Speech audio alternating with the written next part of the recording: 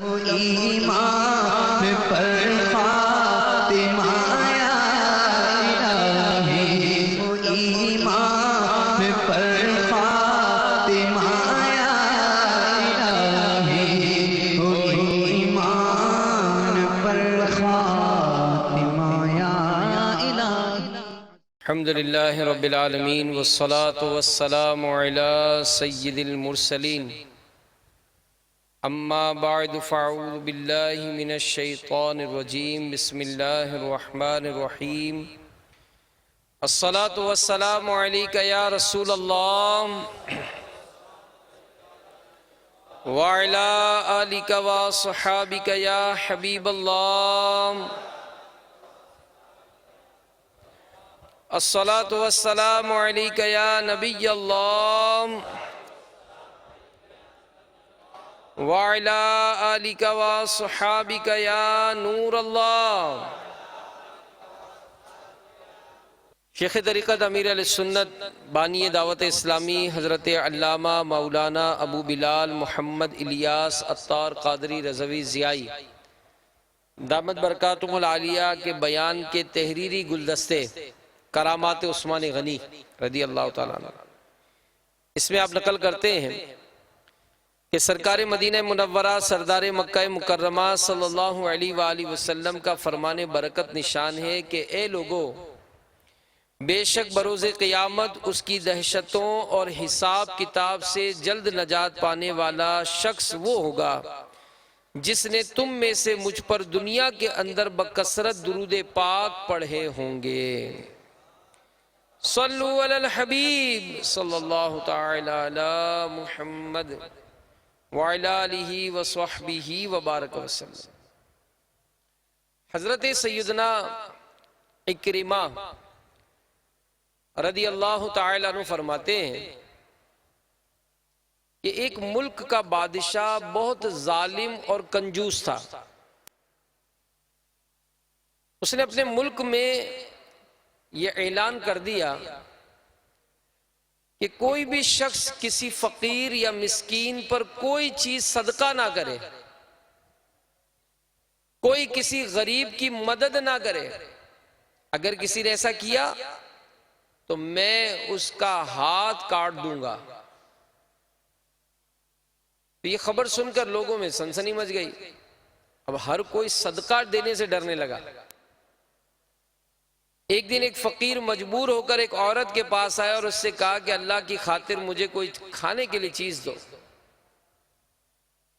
औरत बोली कि हमारे मुल्क के बादशाह ने ऐलान किया है कि जो कोई किसी को सदका देगा उसका हाथ काट दिया जाएगा। अब मैं तुम्हें किस तरह कोई चीज दूं? तो फकीर बोला तुम मुझे अल्लाह की रिजा की खातिर को खाने की चीज दे दो। औरत को उस फकीर पर बड़ा तरस आया और उसने बादशाह की नाराजगी की सजा की परवाह किए बगैर अल्लाह की रिजा के लिए उस फकीर को 2 रोटियां दे दी। फकीर रोटियां लेकर दुआएं देता हुआ वहां से चला गया।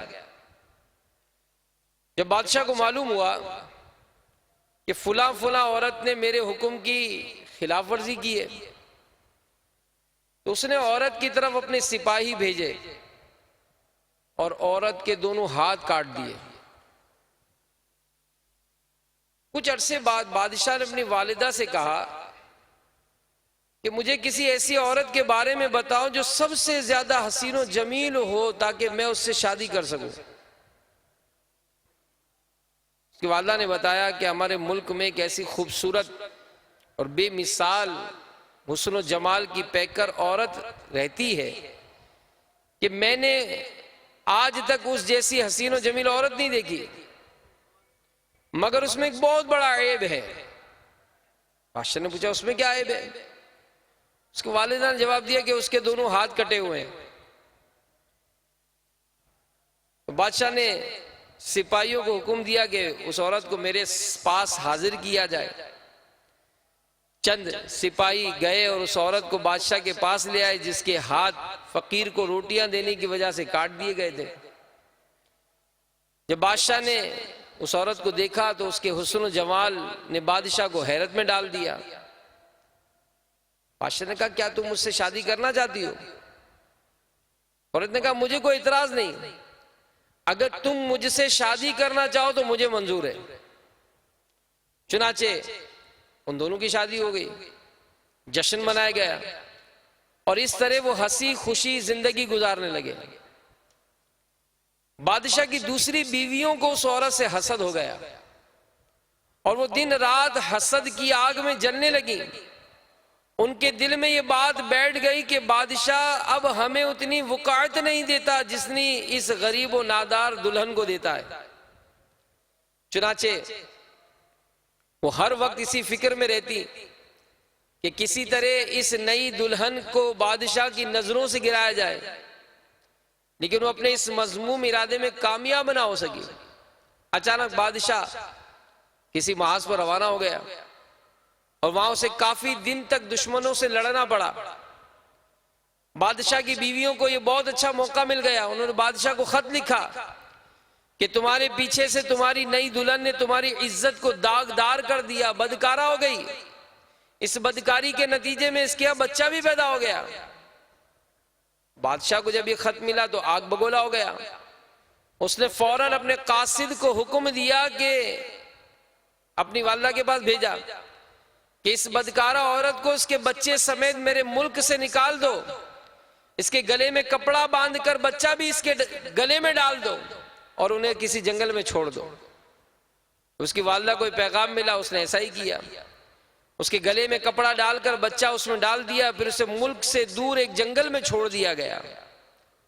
अब वो बेचारी तन्हा जंगल में रह गई, लेकिन उसे अपने रब अज़्ज़ वजल से किसी किस्म का शिकवा नहीं था।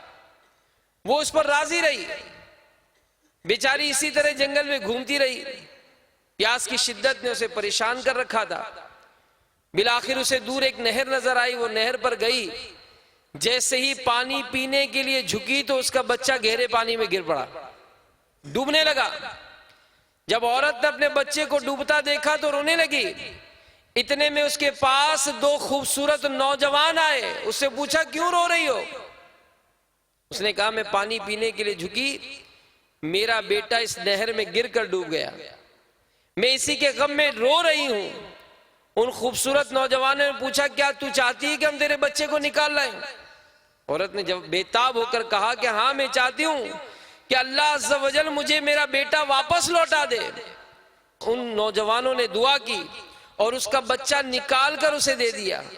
फिर उन्होंने पूछा, ए रहम दिल औरत, क्या तू चाहती है कि तेरे हाथ तुझे वापस कर दिए जाएं, तू ठीक हो जाए? उसने कहा कि बिल्कुल, मैं ये चाहती हूं। चुनाचे उन दोनों नौजवानों ने दुआ की तो उसके दोनों हाथ बिल्कुल ठीक हो गए। औरत ने अल्लाह अज़्ज़ वजल का शुक्र अदा किया। हैरान कुन नजरों से उन नौजवानों को देखने लगी, जिनकी बरकत से डूबा हुआ बच्चा भी मिल गया और कटे हुए हाथ भी वापस लौटा दिए गए। फिर उन नौजवानों ने पूछा, ए अजीम औरत, क्या तू जानती है हम कौन है? औरत ने कहा कि मैं आपको नहीं पहचानती। तो औरत का ये जवाब सुनकर उन्होंने कहा कि हम तेरी वही दो रोटियां हैं, हम तेरी वही दो रोटियां हैं जो तूने एक मजबूर साइल को दी थी।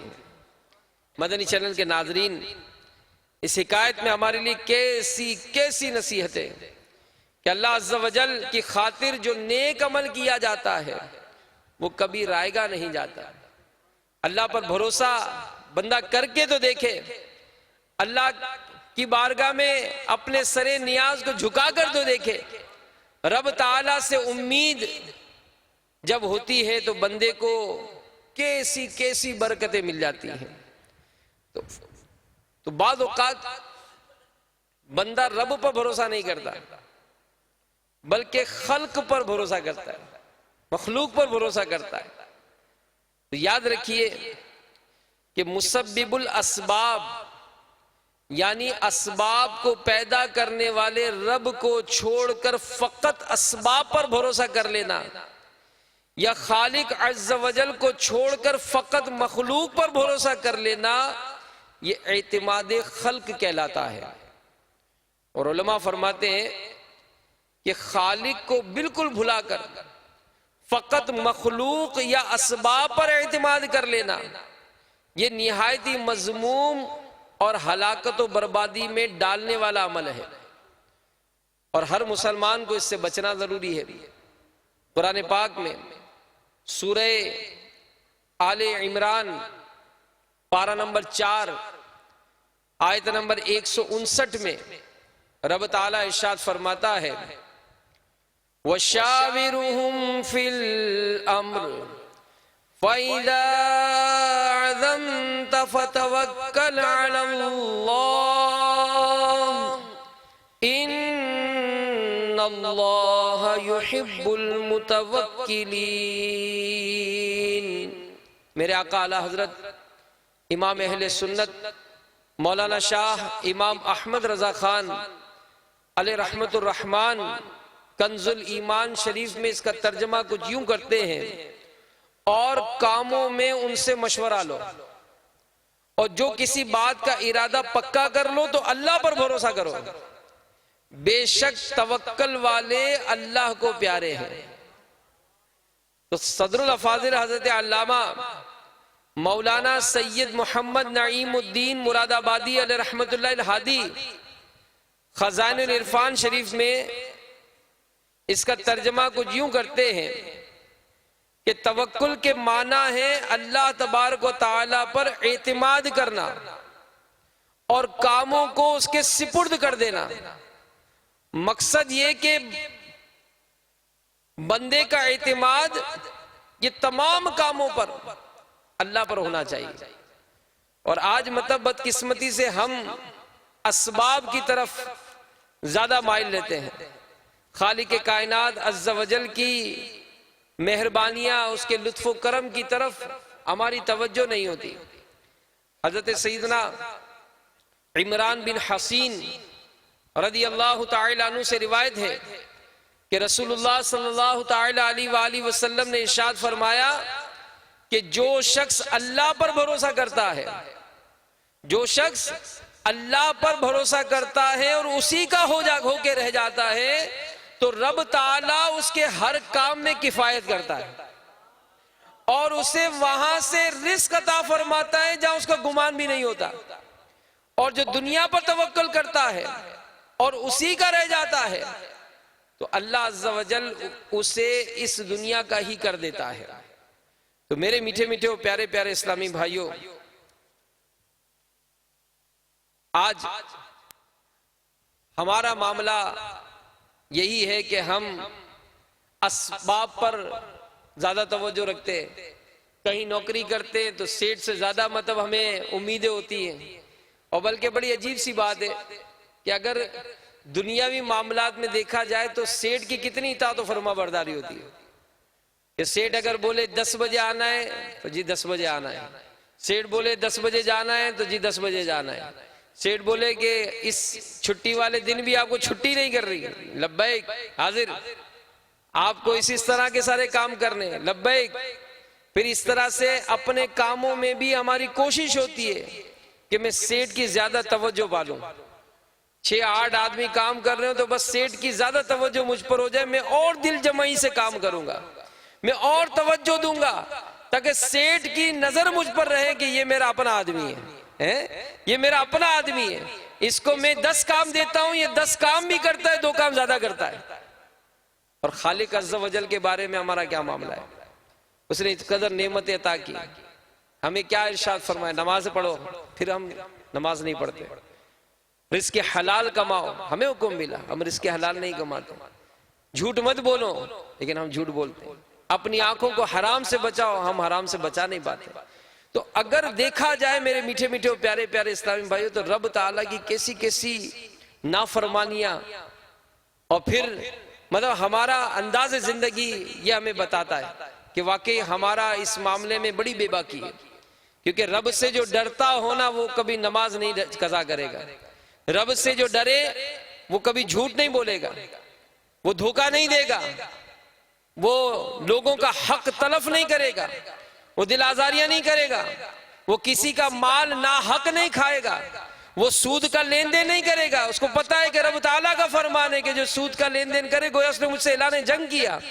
वो डरेगा कि कहीं रब अज़्ज़ा वजल मेरी पकड़ ना फरमा दे।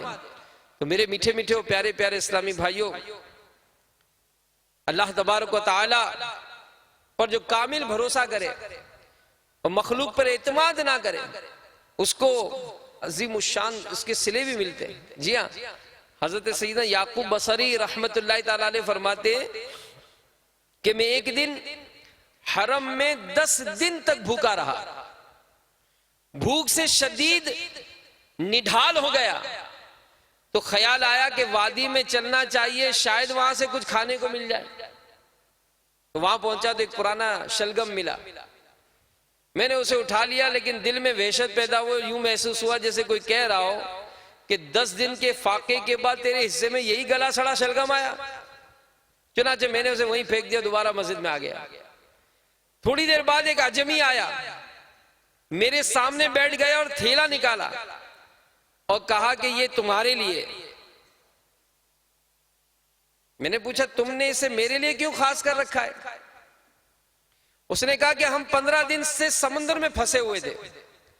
मैंने मन्नत मानी कि अगर अल्लाह ने मुझे बचा लिया तो मुजावरीन में से जो शख्स मुझे सबसे पहले नजर आएगा ये थैला उसे सदका करूंगा। और सबसे पहले आप ही मुझसे मिले, ये कबूल फरमा लीजिए। कहते मैंने थैला खोला तो उसमें मिस्र का मैदा, छिले हुए बादाम और बर्फियां दी। मैंने उनमें से थोड़ा सा लिया, बाकी वापस कर दिया और फिर अपने आप से कहा कि तेरा रिज़्क़ तो तेरी तरफ सफर करके आ रहा था और तू उसे वादी में तलाश कर रहा था।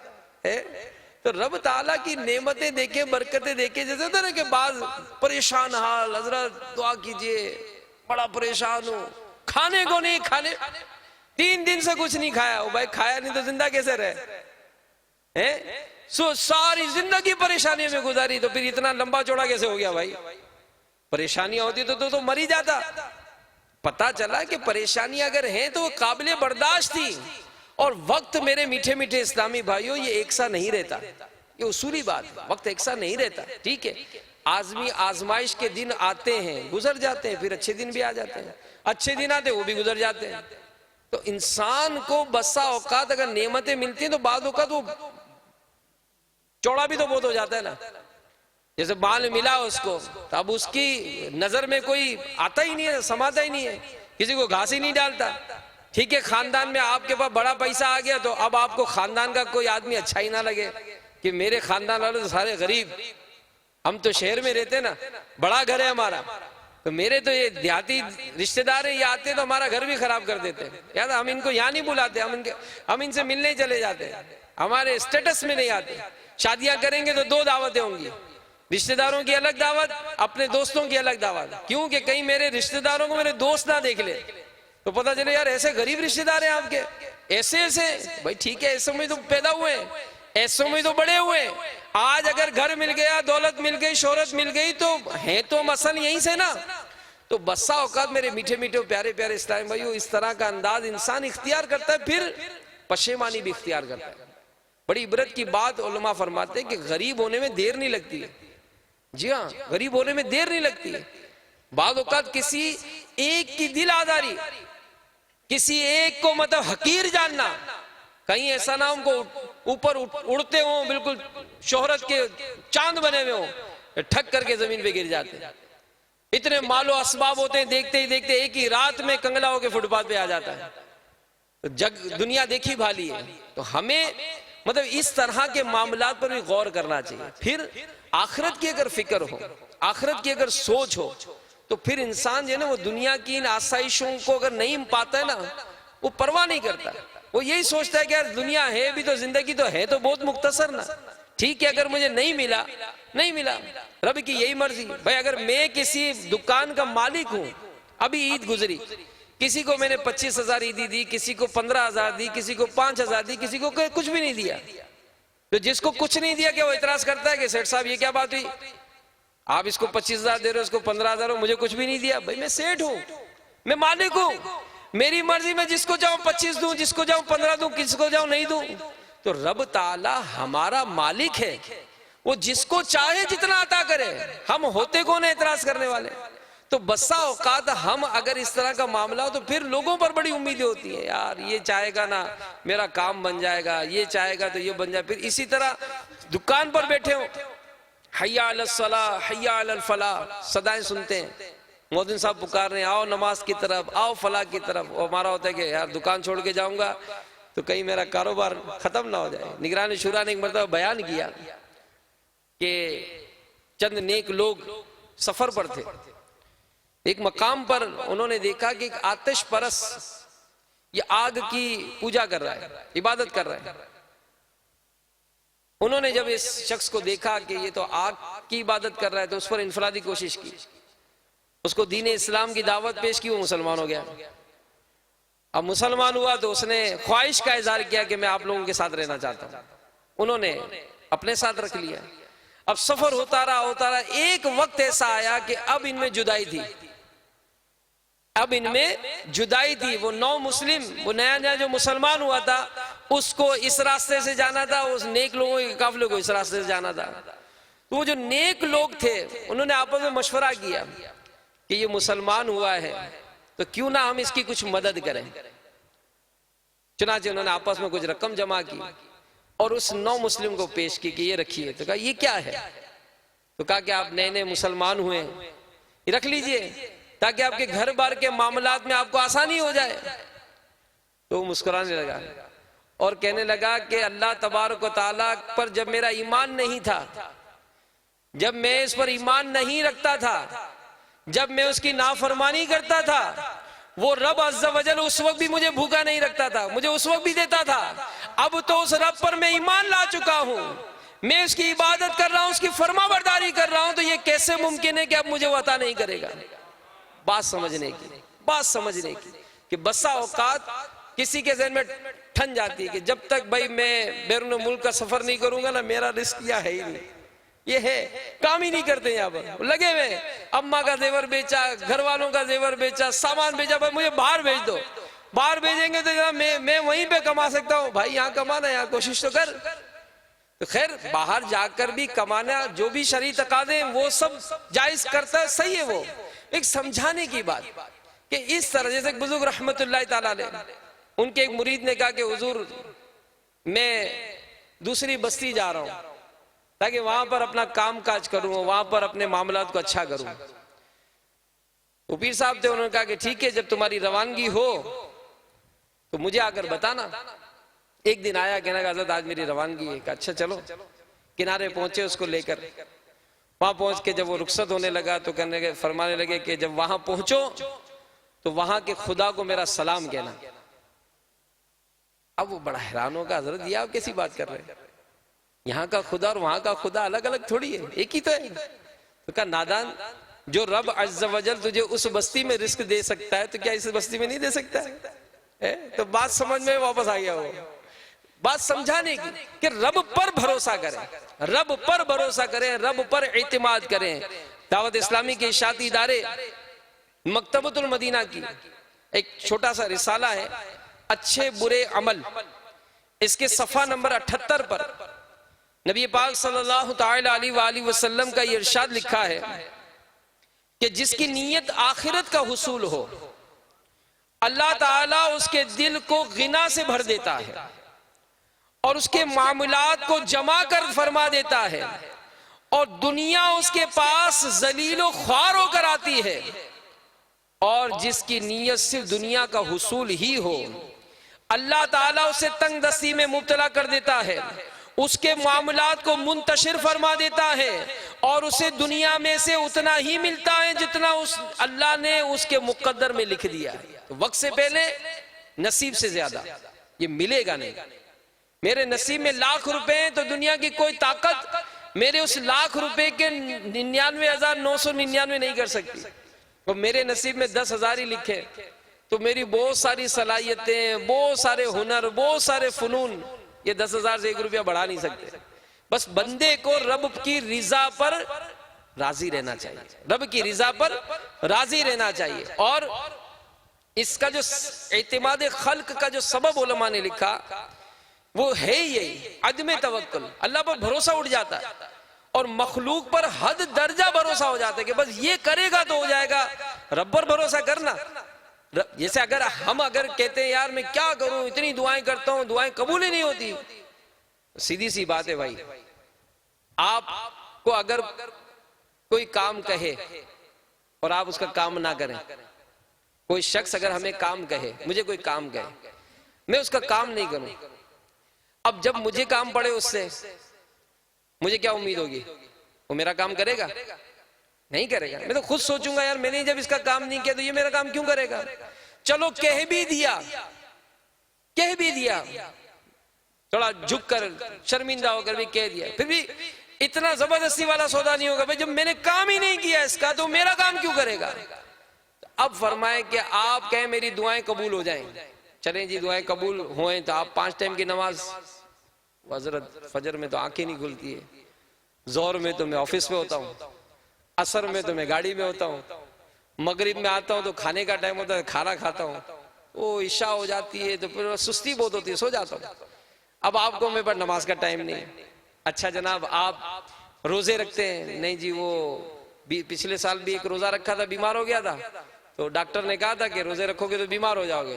तो उस नालायक डॉक्टर के पास गए क्यों भाई, जो इस तरह के आपको मशवरे देता है। अच्छे सुन्नतों के पाबंद डॉक्टर के पास जाते हैं जो आपको बताता हदीस पाक के रोजे रखो तंदुरुस्त हो जाओगे। खैर रोजे भी नहीं रखे। अच्छा जनाब इतना माल है आपके पास, तो घर भी है, बंगला भी है, इतना कारोबार है, ज़कात वगैरह तो पूरी निकालते होंगे? नहीं जी, वो मैंने हिसाब किया था तो मेरी तो 10 लाख रुपए ज़कात बन रही थी। मौलाना से पूछा था मैंने हिसाब किताब लगा के, 10 लाख रुपए ज़कात। ओ भाई 10 लाख रुपए तो 4 करोड़ रुपए भी तो है तेरे पास, 4 करोड़ के ही 10 लाख बने ना, तो 4 करोड़ जिस रब ने दिए उस रब का ही तो इस फरमान है कि इसमें ज़कात निकालो। अब आपको ज़कात निकाल दो, अपना हिसाब बनाओ कि नहीं जनाब 10 लाख रुपए ज़कात दूंगा, कैसे होगा। अच्छा हज करने के लिए नहीं, वो इस बार तो शेड्यूल बनाया है यूरोप जाने का, अमेरिका जाने का, ठीक है वहीं घूमते रहो, मदीने नहीं जाना है। तो अब आप गौर करें, मैं भी गौर करूं कि रब ताला के हिकामात मानते नहीं है और फिर कहेंगे मैं हाथ उठाऊं मेरी दुआएं कबूल हो जाए, मेरे को कोई मुश्किल भी ना आए, परेशानी भी ना आए।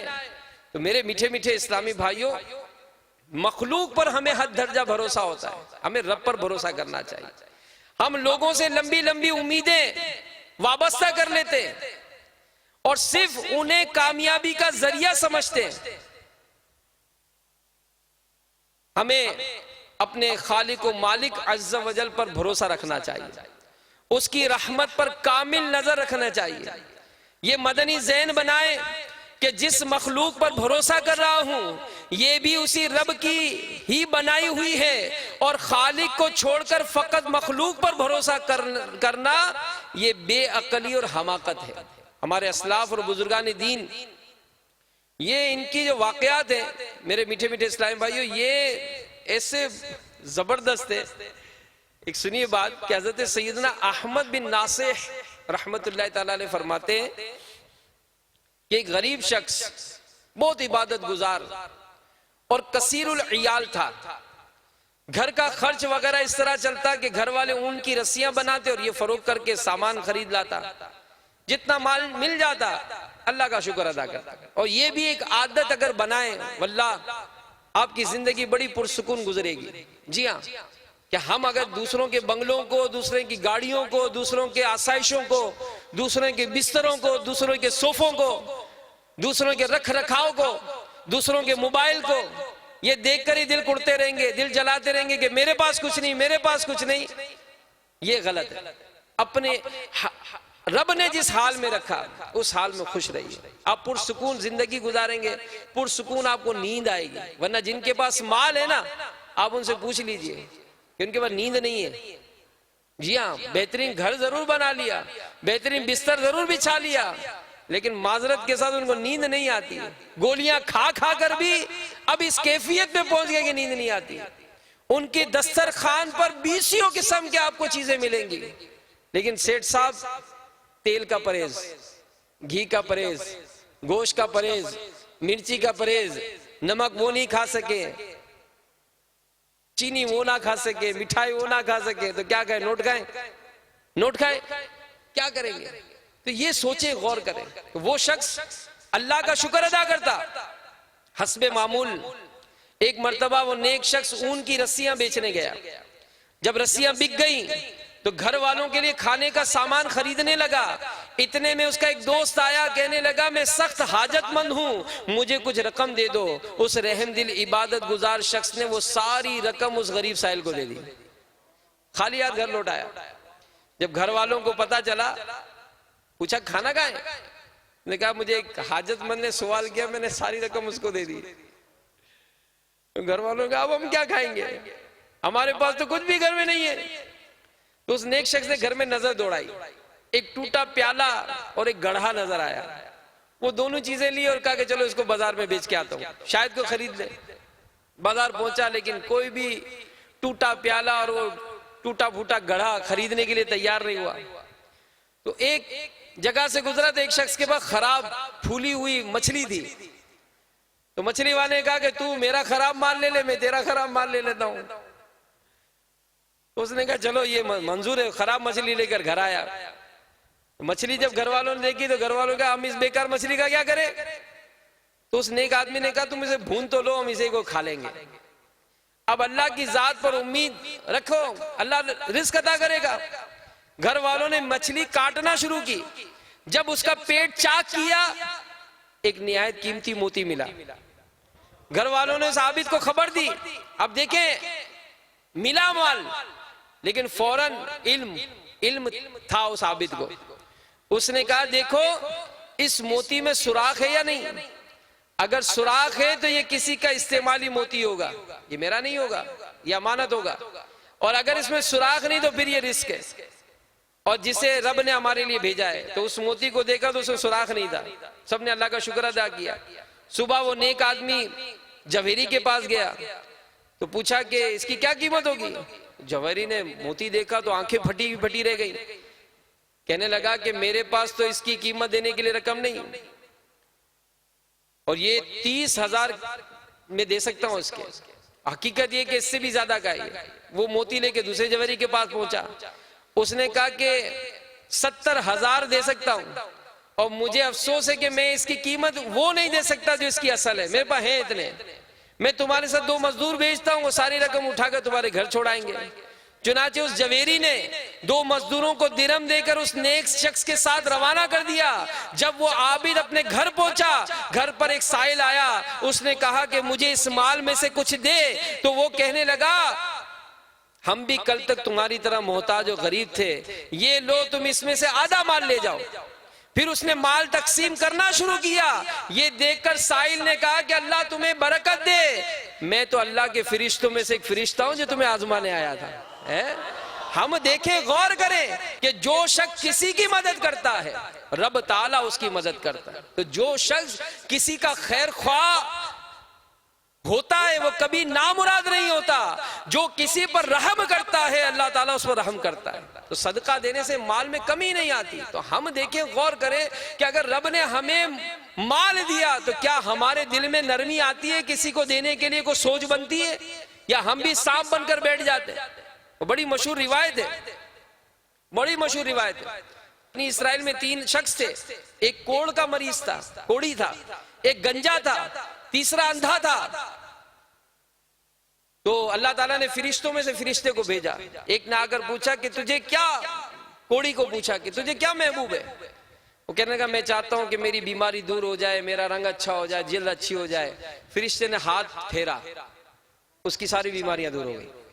फिर पूछा तुझे माल कौन सा पसंद है? कहा मुझे ऊंटनी पसंद है। उसी वक्त उसको 10 माह की हामिला ऊंटनी दी।